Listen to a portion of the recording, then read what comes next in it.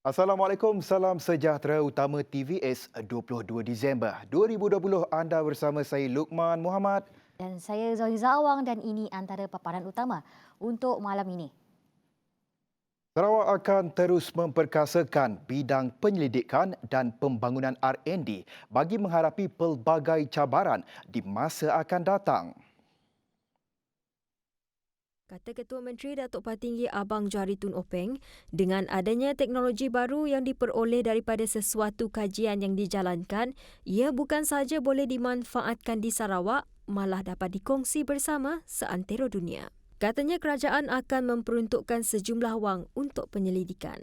We must have scientific evidence to show that something is wrong, something is right. But we must do and give evidence to our conviction. That is why my cabinet, I have formed Ministry of Education, Technology and Scientific Research. That part, scientific research, is important to us. You must try to get scientific evidence. And this age, you can use AI, artificial intelligence. And number two, data analytics. You collect your data, and from that data, you can derive certain solution. Beliau berkata demikian ketika berucap pada Majlis Ulang Tahun Malaysian Peat Society. Katanya lagi, menerusi penyelidikan, tanah gambut mungkin dapat dimanfaatkan dan menyumbang kepada pertumbuhan ekonomi. Ia juga sebagai usaha untuk meyakinkan dunia bahawa pelepasan karbon bukan sahaja berpunca daripada tanah gambut.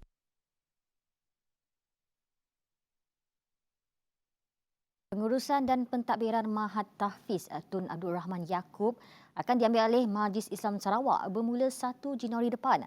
Penyerahan pentadbiran itu merupakan usaha Kerajaan Sarawak untuk memertabatkan institusi tahfiz di negeri ini.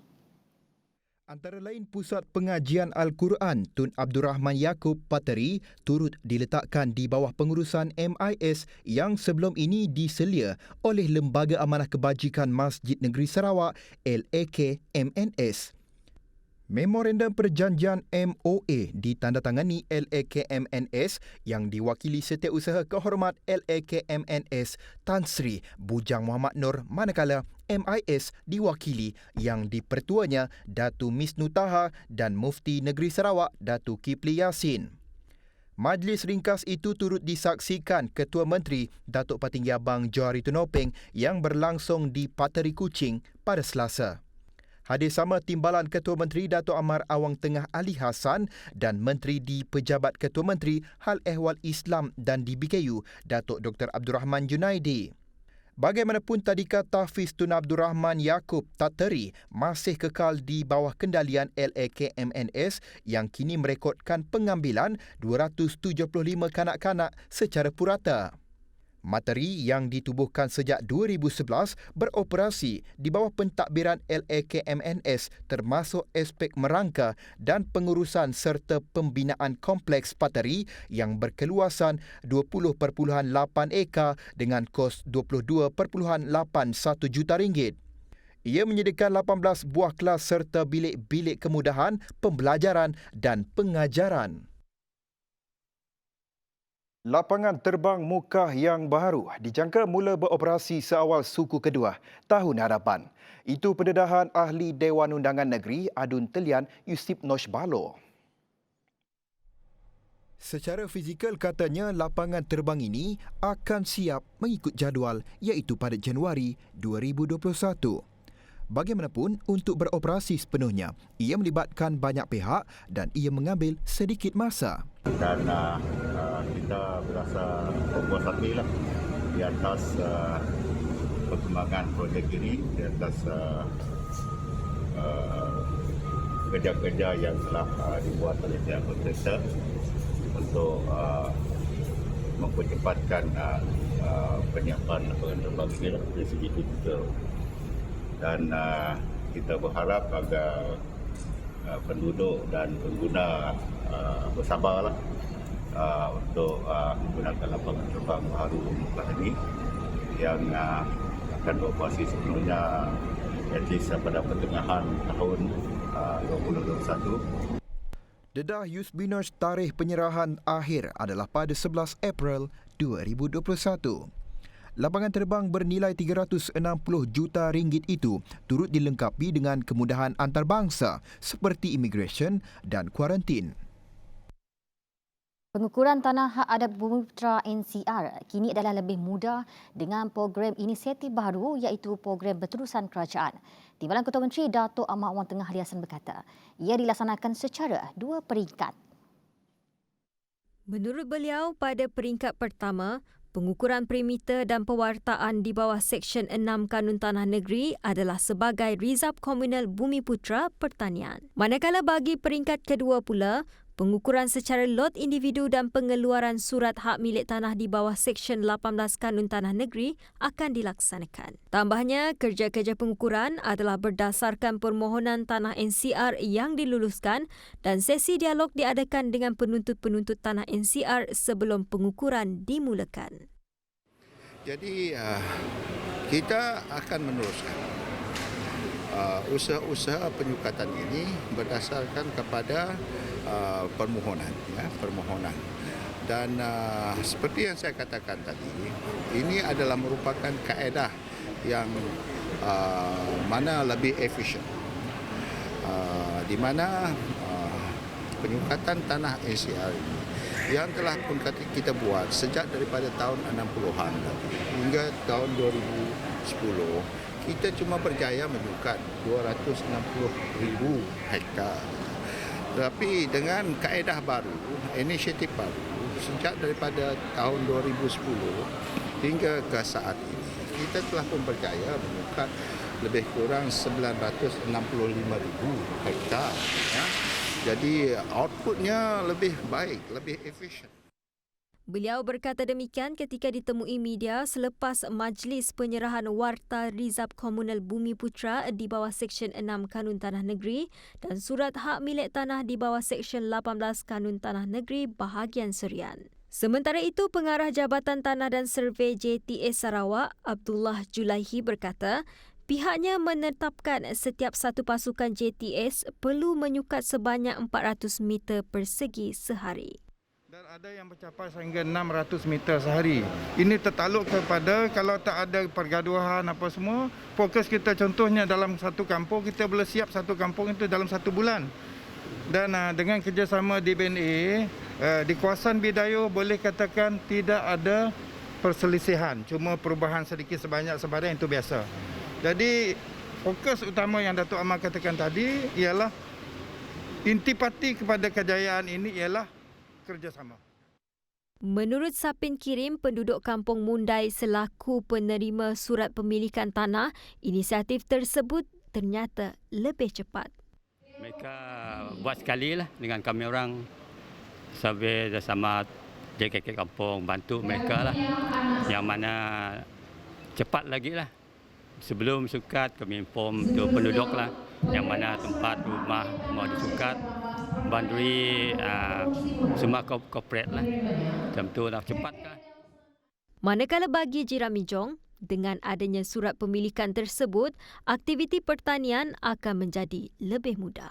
Jadi bagi kami penduduk kampung yang telah mendapat surat ini begitu pentinglah bagi kami sebab ini memudahkan lagi kami untuk mendapat untuk memohon jalan ke kawasan tanah kami dan mungkin dapat membantu penduduk kampung yang mendapat geran tanah ini untuk menambahkan lagi hasil pertanian bila dah ada jalan-jalan masuk ke kawasan pertanian kami ini. Jabatan Kerja Raya JKR Sarawak mempertimbangkan untuk membina beberapa jalan alternatif di sekitar Bandar Kapit bagi mengurangkan kadar kesesakan di bandar tersebut. Menurut Timbalan Ketua Menteri yang juga Menteri Infrastruktur dan Pembangunan Pelabuhan Tan Sri Dr. James Jemut Masing, JKR kini sedang membuat perancangan serta kertas cadangan bagi mengenal pasti laluan bersesuaian untuk pelaksanaan cadangan itu. Kesesakan di Bandar Kapit semakin serius selepas jalan penghubung dari Kapit ke Sibu mula dibuka Oktober lalu. Jalan alternatif yang dicadangkan oleh JKR nanti akan dapat melancarkan aliran trafik terutama jalan raya ke kawasan pedalaman Kapit. Selain perancangan menambah baik jaringan jalan raya di Bandar Kapit, Masing turut bertegas mahu tahap kelajuan liputan telekomunikasi dan jalur lebar di Bandar Kapit pada masa kini dipertingkatkan. Keperluan itu semakin mendesak lebih-lebih lagi dengan pengalaman norma baharu sekarang yang memerlukan pihaknya mengadakan mesyuarat secara virtual. Justeru itu, beliau amat berharap pihak Suruhanjaya Komunikasi dan Multimedia Malaysia SKMM dan Lembaga Multimedia Sarawak memandang serius mengenai apa yang perlu dilaksanakan di Kapit. Bagi memudahkan pengurusan kewangan penduduk di kawasan gedung, kerajaan bercadang untuk menempatkan mesin deposit tunai CDM di anjung usahawan gedung. Ia sebagai penambahbaikan kemudahan susulan penempatan mesin jururwang automatik ATM di lokasi sama baru-baru ini. Perkara itu akan dibincangkan bersama pihak Agrobank bagi menambah baik sistem pengurusan keuangan yang mampu memanfaatkan lebih 15,000 penduduk di kawasan tersebut. Kerana permintaan ramai supaya mereka dapat mendepositkan duit, supaya mereka dapat transfer, mengirim duit dengan adik kakak mereka ke di tempat lain, maka saya akan berbincang dengan pihak Agrobank supaya mereka menambah lagi satu mesin untuk di anjung usahawan gedung. Selain daripada mesin untuk mengeluar duit, kita nak mesin untuk menyimpan duit, transfer duit dan sebagainya. Itu permintaan oleh orang ramai dari Kampung Gedong. Sebelum ini, penduduk di Gedong bergantung kepada kemudahan yang disediakan di Serian termasuk urusan pengeluaran keuangan. Malah dengan penyediaan ATM dan CDM di kawasan berkenaan, ia sekaligus menghidupkan sosioekonomi masyarakat menerusi aliran tunai yang berlangsung di Gedong khususnya. Ini termasuk kuasa beli yang melibatkan 4,000 pekerja ladang di sekitar Gedong dan Simunjan diyakini yang turut menjadi pemangkin kepada perkembangan ekonomi. Bertemu kembali. Kerajaan menanggung RM77.35 bagi setiap rakyat Malaysia melalui pemberian vaksin COVID-19.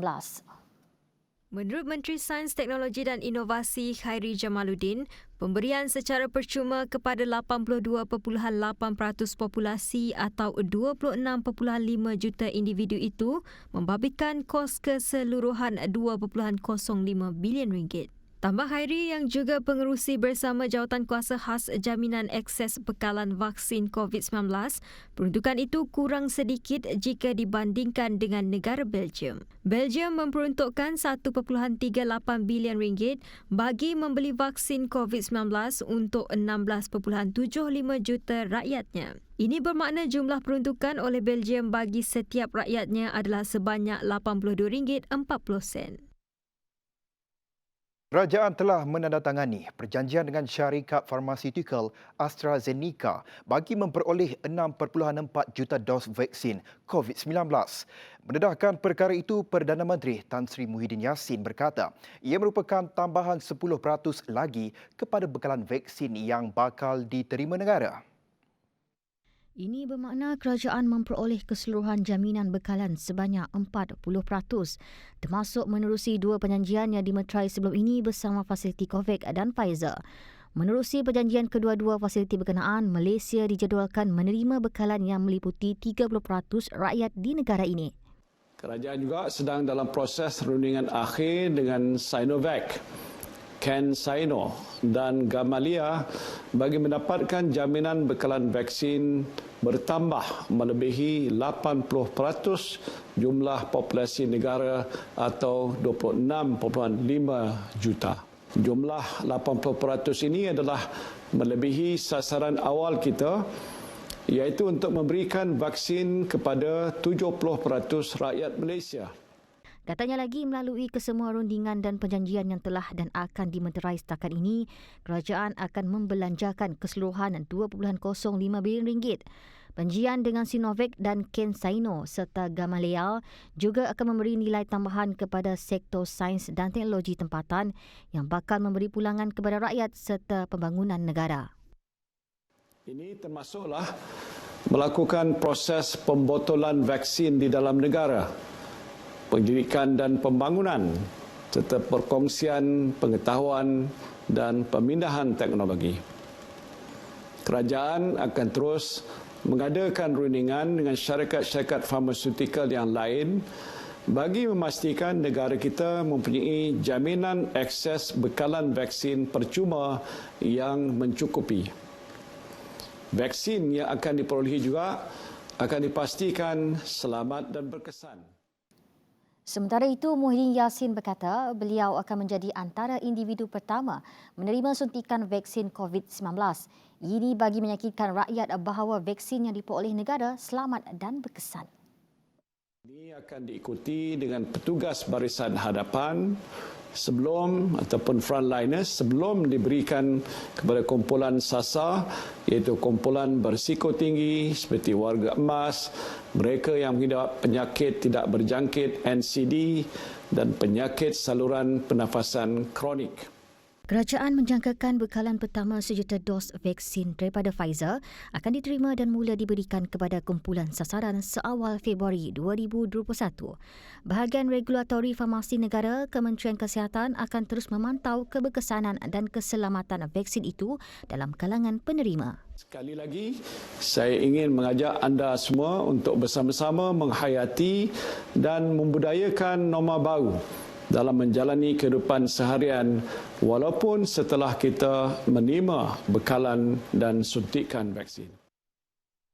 Kita beralih ke perkembangan COVID-19. Di Malaysia, hari ini merekodkan 2,062 kes pada Selasa dan jumlah ini merupakan kes harian baharu ketiga tertinggi sejak pandemik COVID-19 dilaporkan di negara ini. Ini menjadikan kes positif COVID-19 di Malaysia sehingga 22 Disember 2020 adalah sebanyak 97,389 kes. Manakala jumlah kes aktif dengan kebolehjangkitan COVID-19 pula adalah 17,648 kes. Ketua Pengarah Kesihatan Tan Sri Dr. Noor Hisham Abdullah mendedahkan bilangan kes sembuh COVID-19 adalah sebanyak 911 kes. Ia menjadikan jumlah kumulatif kes sembuh sepenuhnya daripada COVID-19 adalah sebanyak 79,304 kes, iaitu 81.4% daripada jumlah keseluruhan kes. Sementara itu, di Sarawak, tiada kes positif baharu direkodkan pada Khamis, menjadikan jumlah kes di Sarawak kekal 1,090 kes.